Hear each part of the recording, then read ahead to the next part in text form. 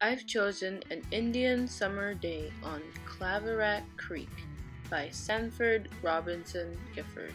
Created in the years 1877 to 1879 with oil paints, this piece beautifully conveys an almost spiritual quality in its depiction of the luminous atmosphere and mirror calm water of a late summer day. Parts of the painting. In every art piece, there's the background, middle ground, and foreground.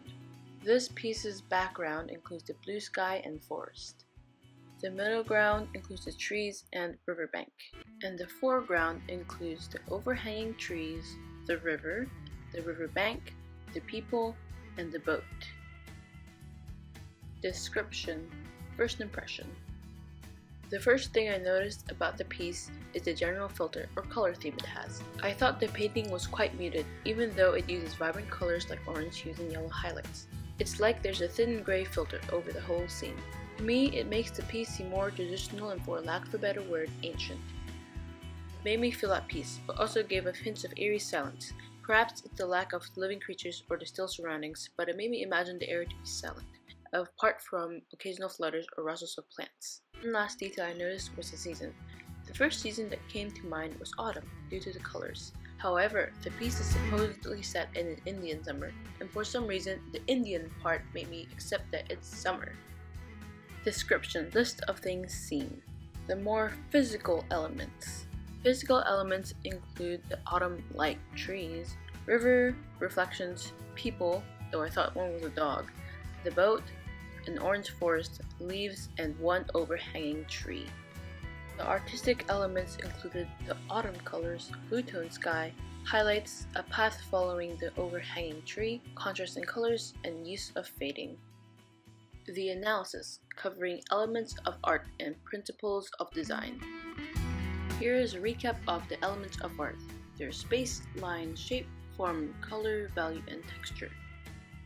This art piece uses value, color, and rhythm to imply space. As you make your way from the foreground to the background, the value of the colors get higher, giving a fading sort of effect. You can see that the elements in the foreground are more solid in color than the ones in the background. For example, the tree leaves in the foreground are closer to neutral orange and red than the ones in the background, which seem to be more of a mix of white and orange, and/or red, than just the orange and red. The elements in the foreground are both larger and far apart than the ones in the background. It's like a road. The road continues onward, and you can tell that it has depth because it's getting narrower and narrower. Same here. For instance, the trees in the foreground are larger and taller, they increase in size. Gifford also uses shadow to imply overhang. Focusing on the large overhanging tree on the right, you can see that the ground underneath is in the shadows of the tree. There's overlap. The foreground, middle ground, and background are visibly separated with overlap, and Gifford makes it distant with the value and color explained earlier. A good example of this here would be between the middle and background. Two trees on the left in the middle ground, as well as the ground they are rooted in's values and colors contrast against the dull trees in the back. This makes it clear that the middle ground is placed over the foreground, like tunnel book art. Besides the horizon, the lines in this piece are all natural ones, not geometric. Lines here include the twisted and dark lines of four tree trunks, the squiggly lines of the riverbank, and more. There are also a lot of implied lines in this piece, so not direct or clear. It's more related to rhythm, or the path the eyes take. Like the lines, the shapes in this piece are not geometric, with an exception for the horizon, but organic shapes. The closest thing to geometric shapes other than the horizon would be the boat. A few examples of the organic shapes would be the small people, the trees, leaves, the general shape of the river. All these shapes have a lot of edges and curves, very detailed. All the form in this piece is implied, as it is a 2D painting.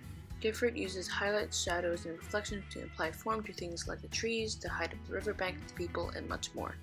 For shadows, he uses redder, lower valued hues of the original colors. For the highlights, he uses yellows and whites and draws them in squiggly lines on the object. The trees have this.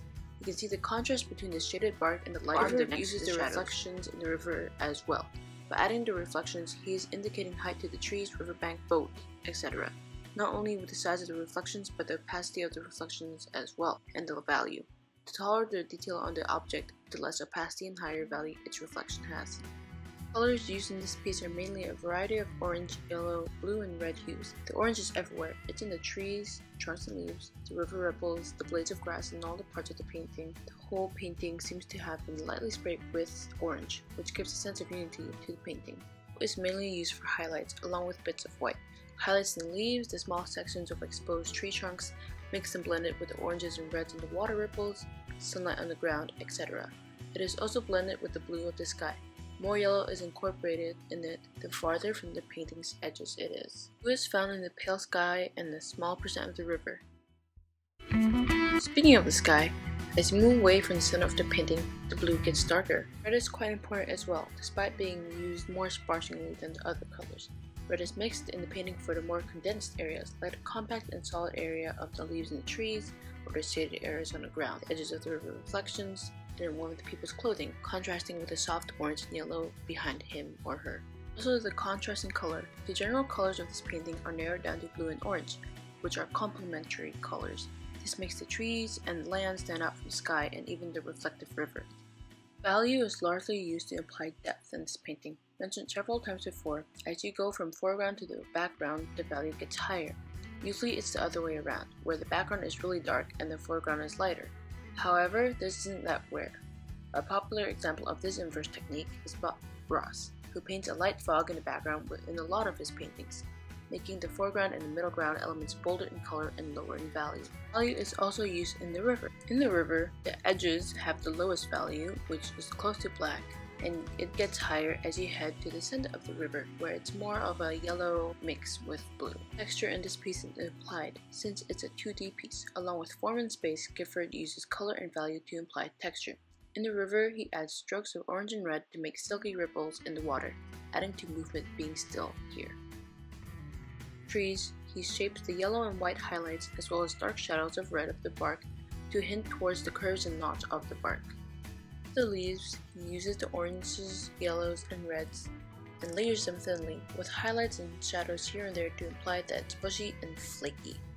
This is the same, but more subtle. The light added and shadows hint at the size and shape, the curves and folds of the grass blades. Here's the recap for the principles of design.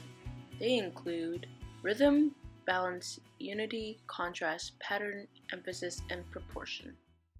The bank has some rhythm to it. It narrows down the further into the painting you see, and the right riverbank juts out right where the people are so that your eyes see the people. The path is also in the overhanging tree. It goes from the tips of the highest branch to the bark, down to the roots to the people next to the tree in one big curve. There's the movement part of the rhythm. One of the examples in this painting would be the way the highest branches in the trees are curved, giving the implication that they are swaying inwards and outwards. The person at the bottom who's with the boat is bent in a way that seems like he's pushing the boat into the river or getting in it.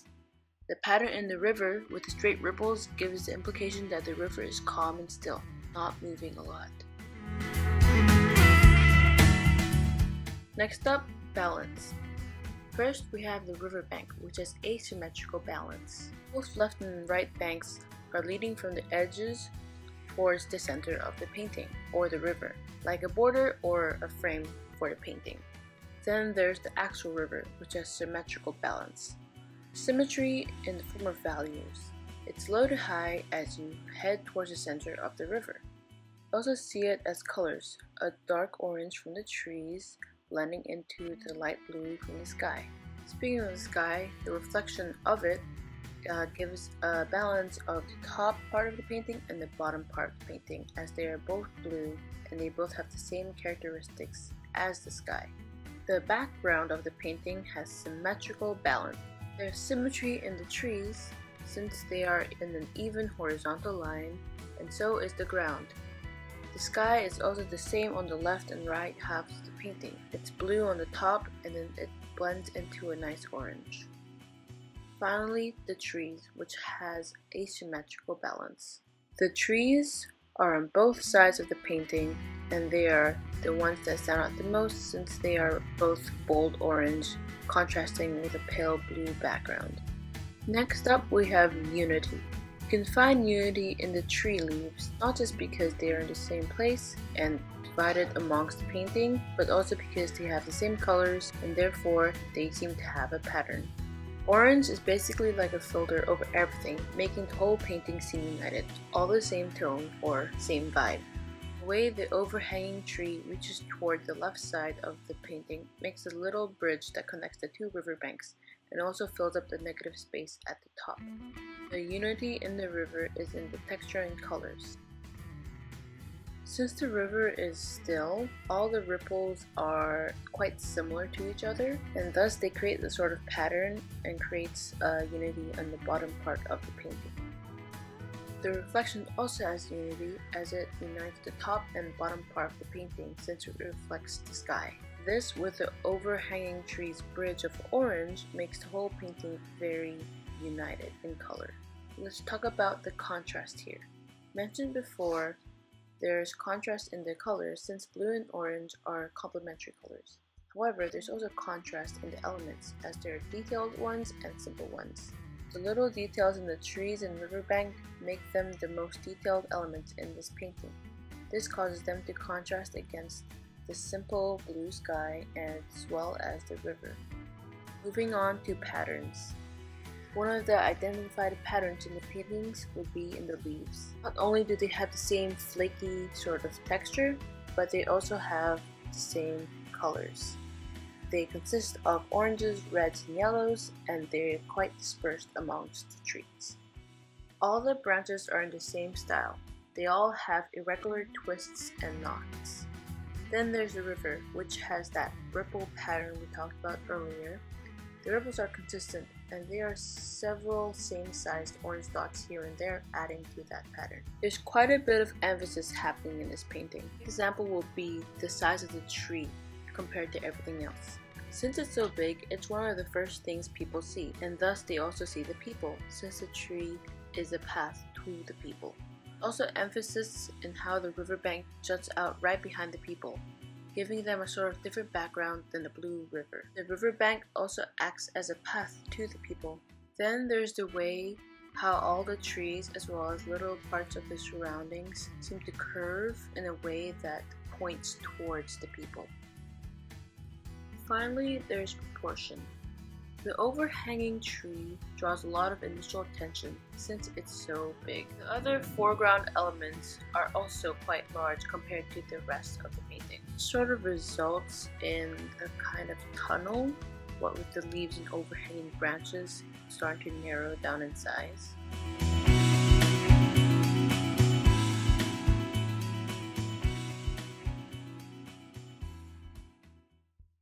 Thanks for watching. I hope you've learned something new from the video. It could be the elements of art or the principles of design or just about this piece, an Indian summer day on Claverack Creek. But yeah, this is the end. So again, thanks for watching. Bye!